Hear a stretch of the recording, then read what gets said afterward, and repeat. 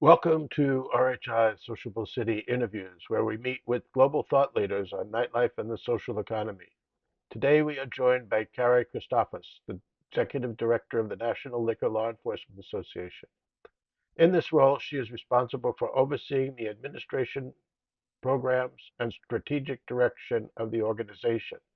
Prior to her current role, she served as the Deputy Director at a single county authority where she managed the comprehensive drug and alcohol prevention plans across 3 counties in Pennsylvania.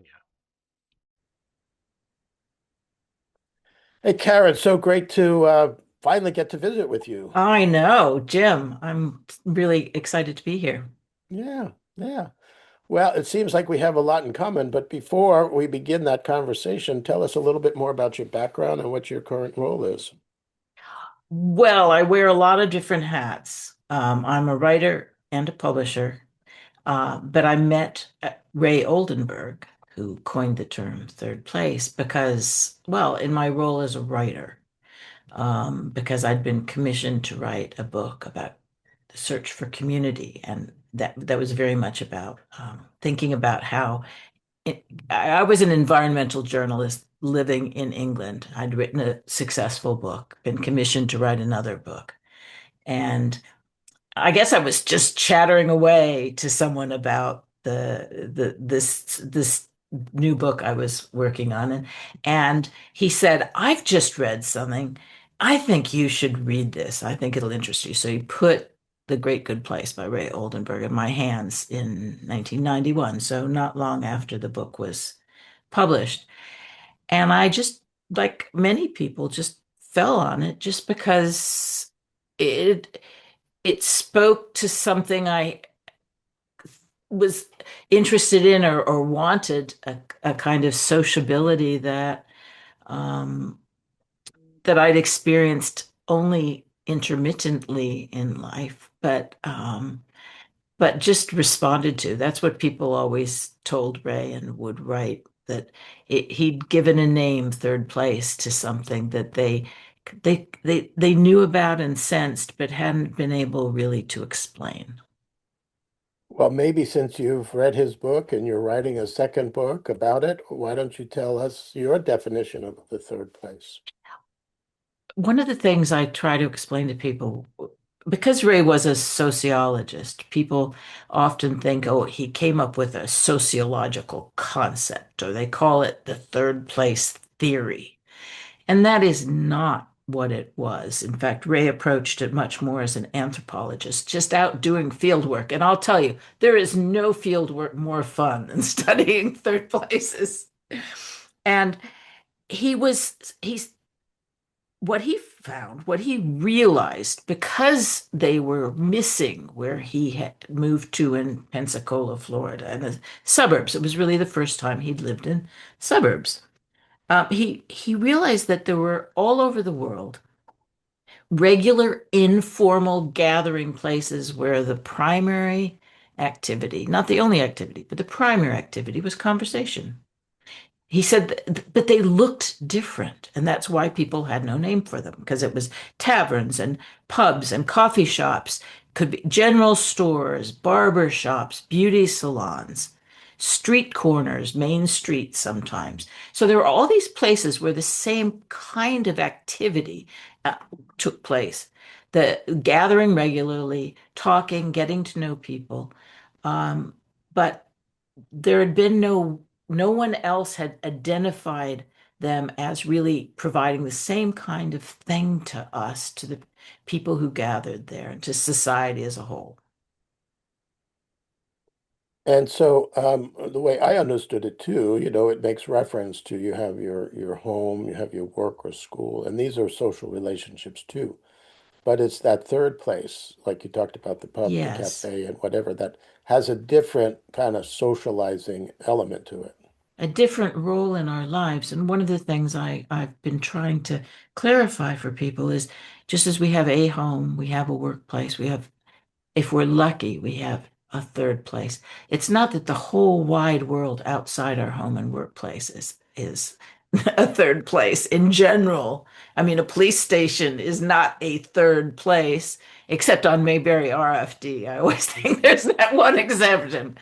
Um, uh, it's like, and these other things, these other, public places and parks and so forth, um, are good things, but they're not really what Ray was writing about. It's like you have housing. We all care a lot of talk about the need for housing, but then we have a home. Hmm. And so the third place would be A outside of the home. Yes, a place not home, not work that you've identified, that you've come to know and love, and it becomes part of your life. And it can be what can look so different for different people in warm climates and often in poorer places. People, the street's really important. And it a corner of a park. I'm the most the to me, and I lived in England for a long time, so I mean I'm really familiar with them. Is a pub is really the epitome of a third place. The idea of a pub is a local.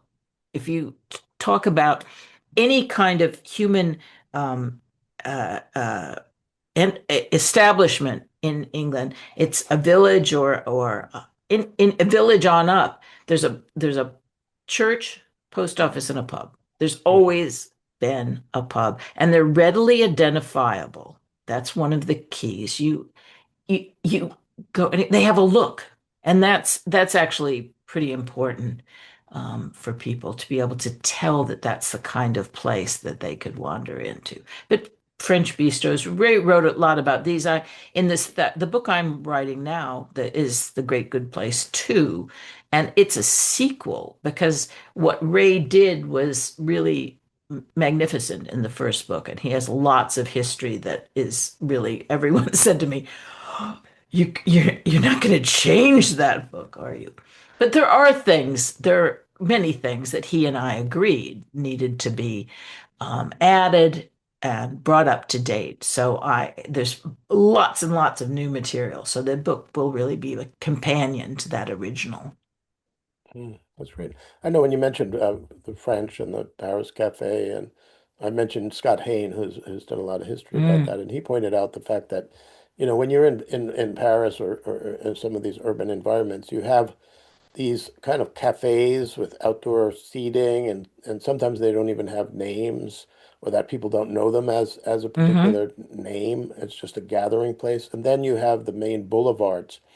And then the seating on those boulevards are more like you're in a movie theater. They're all lined up in a row. Hmm. And what Scott said is that the cafes in a lot of neighborhoods where people live in very small apartments, they don't have a social space in their homes. And so the cafe becomes like their living rooms. And so that's where they meet to socialize. Whereas in these boulevards, the focus is not on socializing, but watching the street and watching the life of the Yeah. street.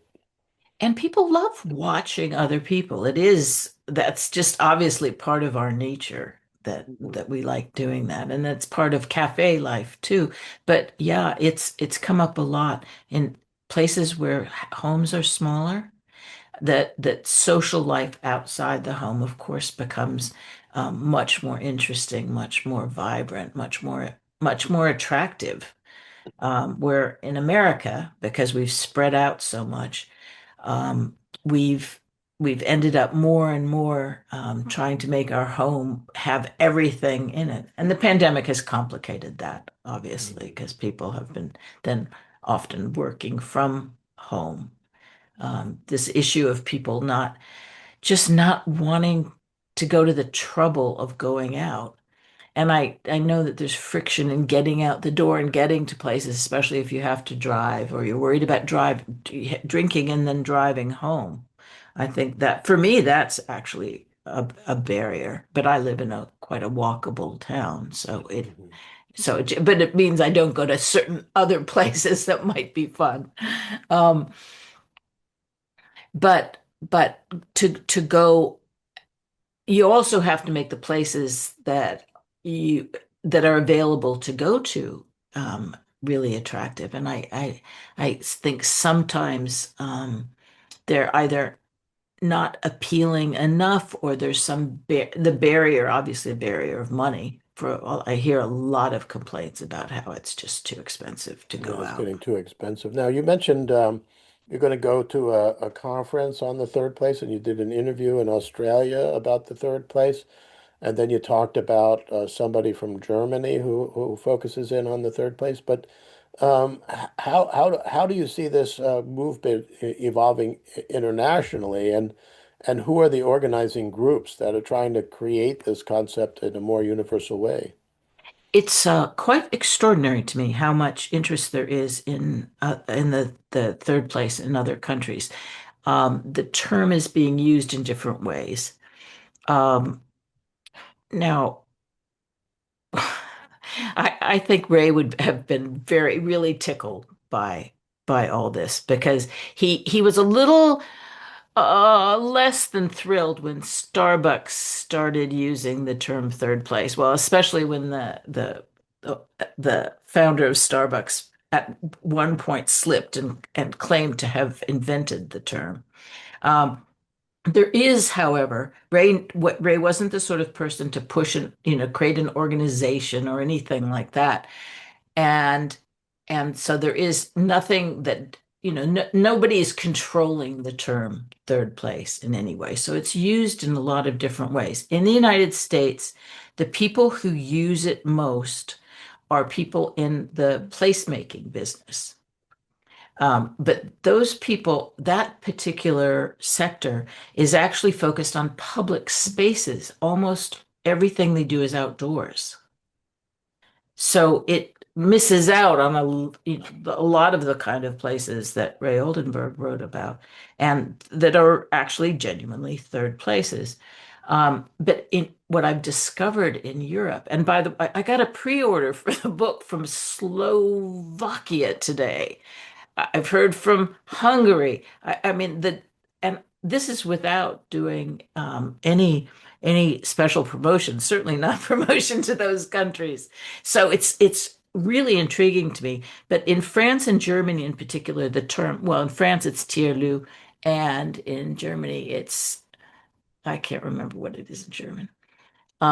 They use it to describe um, uh, what we would call community centers. They do not include the traditional third places, the commercial third places that have always existed and exist today. The tiers-lieu people do not really connect with, and this is one of the things I really would like to see happen with the cafe and bistro world, and similarly in Germany. But what they're trying to do is to create social life, and social venues in towns and villages across those countries, which is very obviously admirable and desirable. Um, but I hope, you see, because you work with commercial venues. And those are important. And perhaps it's, I own a small publishing company. That's my other hat.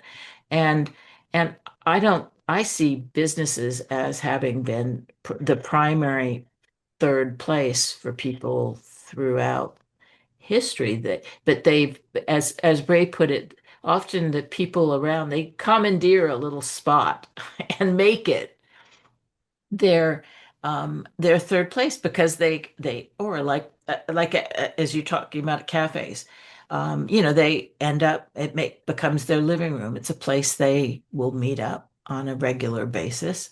But Ray wrote about drugstore counters. I always think counters are really important, and people think, oh, a counter, it's a bar. But actually, there's other places that have, drugstores used to have, there were lunch counters, soda fountain counters. Counters are quite a good setup. And there's a lot more that can be done, I think, to integrate some of the thinking about this. I was asked by my on a call today by these folks I've met in Germany if I could connect them with people in France because they have had no interaction with the third place people in France. And I Yeah. felt really honored as an American to be able to make that connection. Yeah. Well, I think the concept of the third place is really a vital one to get people to understand. But I think when you use the term, and it's a term that we've been using more, is a social venue and also looking at social districts. So sometimes the term entertainment district is used or nightlife district, but Mhm. we prefer to call it a social district because it kind of embraces activity that's both daytime and nighttime. And uh, and in a city, what you'll find is you'll have an area that has a density of restaurants and clubs and music Hmm. venues and cafes. That would be a social district where there's large gatherings of people. And typically at night, that can become almost as much as a special event where, like, we're going to do our conference in Nashville on Broadway. They have about 30,000 people that go out on Broadway into the various venues and clubs that are there. Um, and so I think the more we begin to look at that whole idea of sociability and look at the social venue and the social districts, or sometimes you'll see in a city maybe it's an area that hasn't been well developed, or maybe it was at one time an industrial area that now you have kind of trendy restaurants or music venues coming in. We call those social clusters. They're still not Hmm. quite a district, but they're Hmm. areas that you're beginning to see an incubator of sociability. But beyond just the brick and mortars, I think you'll find even farmers markets are social spaces. And I always joke with people and say, it's not just going to get your fruits and vegetables because you could do that in a grocery store. But when you go to a grocery store, you don't see people hanging around the apple section having conversations with each other. But you go to In a my town, farmer's you do, market. actually.